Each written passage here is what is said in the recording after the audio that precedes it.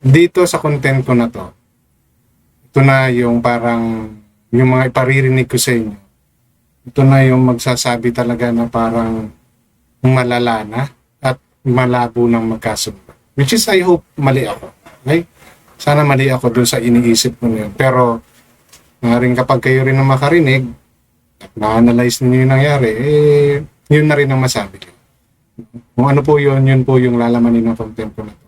This is between Beyonce and Dr. Love. No, na alam naman natin sila, no, yung dating magkasangga sa laban nila dito sa Kalingap community. Na ngayon, biglang nabago ang dahil lang sa pagbisita ni Kapeso sa Dait, kanila Beyonce. So, tingnan natin, no, sa mga susunod na kabanata ng takbo ng kwentong ito. Pero sa ngayon, allow me to share, no, yung mga videos and voice yung audio ng mga na bitawang salita ni Beyonce at saka ni Dr. Love. But bago po ako magpatuloy, welcome sa aking channel. Kung bago pa lang po kayo sa aking channel, please don't forget to like, share, and subscribe na rin po, and pakihit ng notification bell para maging aware kayo sa aking mga upcoming content. Any comment, suggestion, recommendation, leave it on our comment section. Issue lang po tayo, walang personal, at lagi po kayo mag-fact check para hindi po kayo pagsabihang fake news. Okay? So simulan po natin, no, dito sa nasabi, no, ni Beyonce, no, about sa kanyang pagiging solo pala, no? Hindi ako aware doon na despite of the Team Guapa, no, para sa kanya solo pala siya, which is kumbaga, oops, bakit may Team Guapa? Diba? Anong nangyari? At bakit mo nasabing solo ka? And anong solo yung gusto niya kayang iparating? No? So, eto po. Allow me to play yung audio. At pakinggan nyo na lang. Solo naman po tayo, dito po sa natin, solo na po bagahin. YouTube, wala na po akong inaano na parang naghahawak po sa akin. Wala. Okay na rin yun, at least. Okay.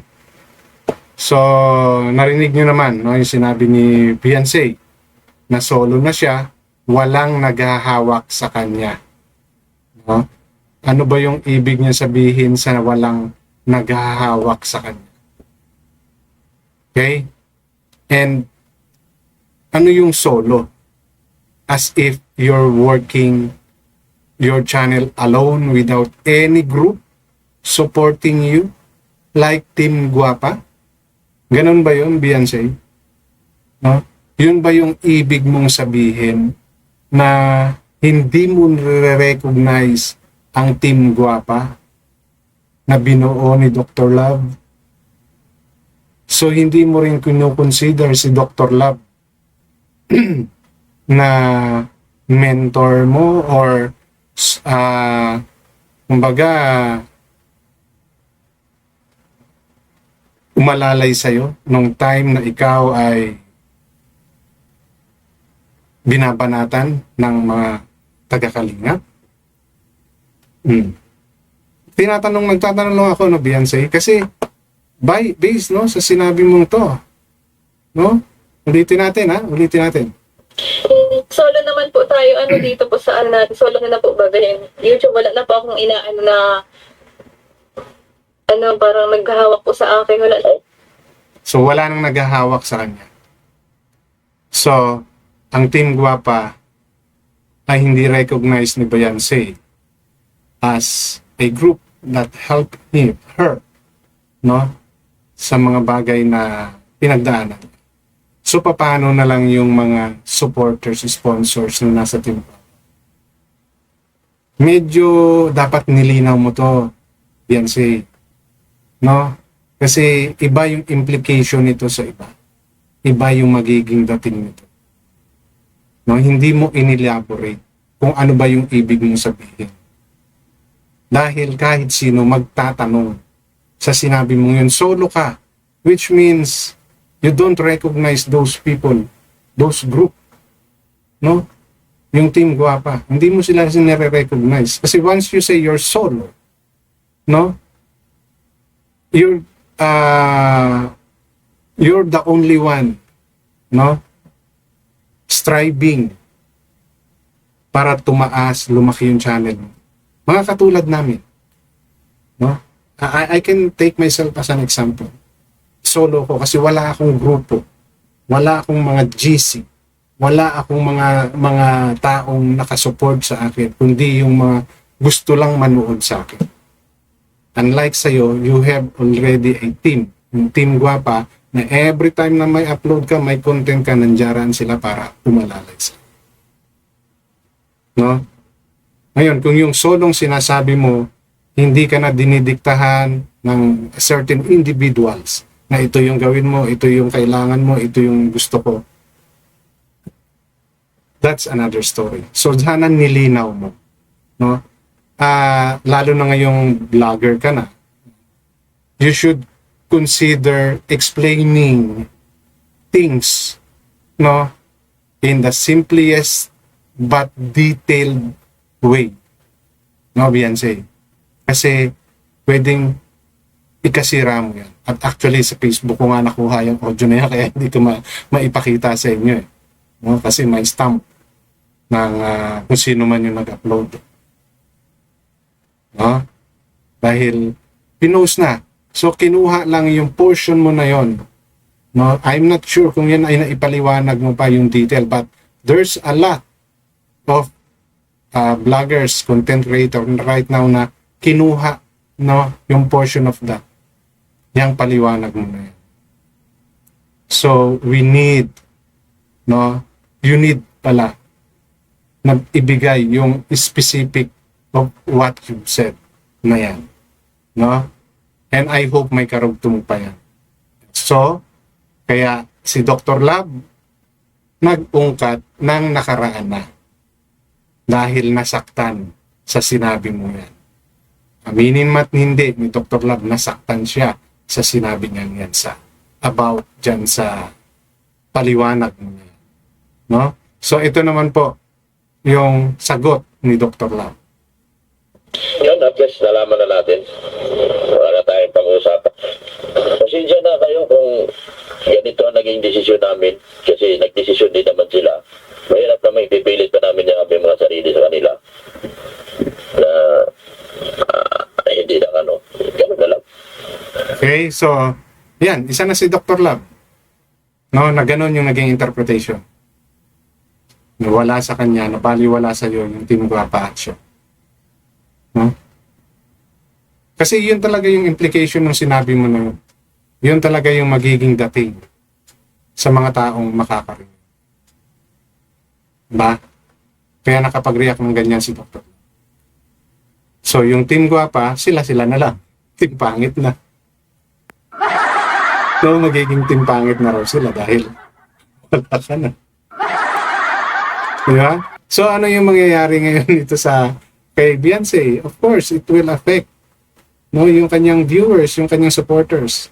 Dahil alam naman natin na kahit pa paano, ang Team Guapa ay malaki ang tulong sa kanya. Sige, sabihin na natin, yung grupo ni Kapeso, pang grupo, nakasupport pa rin sa kanya. Diba? But, alam naman natin na nung nagsimulang umangat, nung umalis si Beyonce, sa Kalingap, si Dr. Lab yung umalalay sa kanya. Oo, nanduro na si Kapeso na mag-aantay at talagang bumabanat doon sa mga sa Kalingap community. And nung umalis nga si Beyonce, yun, nakasama siya. But sino ang kasama mo nung ikaw ay nag-umpisang lumaban against sa Kalingap? Sila Doktor. Solo naman po tayo, dito po sa natin, solo na po babahin. YouTube wala. Kasi sinabi na niya na solo siya. Hindi naman namin kailangan ipilit ang aming mga sarili. At ipilit ang sarili niya. Na hindi naman pala sila happy sa amin. Di ba? So malinaw, yun ay naging interpretation ni Dr. Lam. And the rest of the Guapa. So we don't know if lahat ba yan nang nakasupport sa Team Guapa aalis sa kanya, nasaktan ba, or naintindihan pa rin si Bianca. Hindi po ito pinapalaking issue dahil ito po nasabi. At makukote po talaga dito si Bianca. No, mapag-uusapan po talaga. So, maring sana, no, klaruhin, malabo nang maklaro kasi si Dr. Lab nag-recall din, no, nung ang mga pangyayari na matagal na. Okay, so ito naman yung mga sinabi ni Dr. Lab. Parang, ewan ko, I hope mali ako na bumawi si Dr. Lab. Isipin mo, nanggaling sa Maynila yung sponsor, pumunta rito. Hindi pa ba respeto sa iyo yun? Pumunta rito, kinausap pa doon, nagluto, nagdala pa ng maraming ulam. Kasi gusto nga mag-salo-salo, mag-uusap-usap.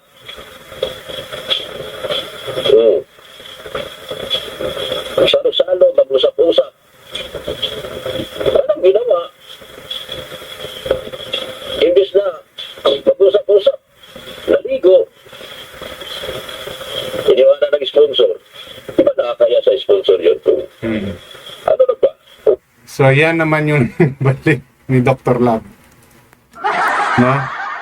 Na, ito, may lumalabas. Kaya sabi ko, mahihirapan na silang maayos pa. No? Dahil nagkaroon na ng sumbatan.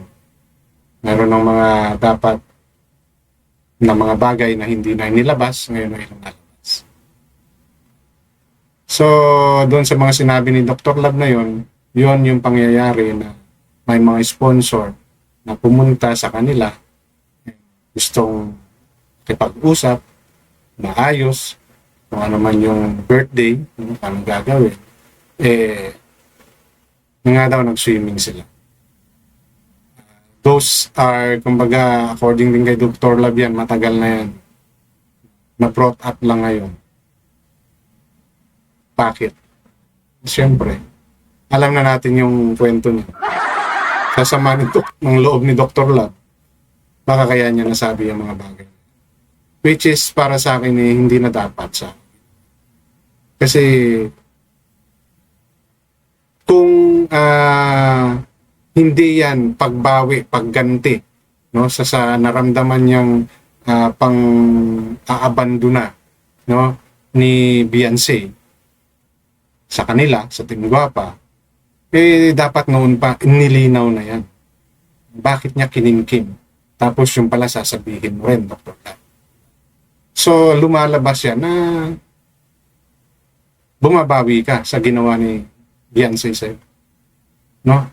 Kahit na yan pertains doon sa occasion na mangyayari, matagal ng issue yan eh. So, bakit ngayon nyo lang pinag-note? Bakit hindi yan pinag-usapan? Bakit mo kinip? For this kind of occasion, so ganito bang pagkakataon? Gaano lang ako, no? Kasi, kumbaga, ano yan eh, luma ng issue na binaon nyo na dapat sa lino. At nag-focus kayo kung ano yung ikinasama ng loob nyo. Wala namang problema kung naglabas ka na sa loobin mo dahil nga masyado kayo nasaktan dahil sa pagsasabi ni Bianca na solo siya. Pero bringing back those past na nangyari, iisipin na bumaganti ka sa ginawa sa iyo ni Bianca. Hindi ko sinasabing hindi ka dapat makaramdam ng sama ng loob. Pero hindi rin naman ako sangayon na yung tapos na or nangyari na kinalimutan na hindi pinag-usapan before, brought back mo ngayon dahil sa nasaktan ka. So, let's see kung saan hahantong itong hidwaan ng Team Guapa plus Dr. Lab at ni Bianca na nai-involve na rin si Kapeso. Okay, so yun lang po at maraming salamat.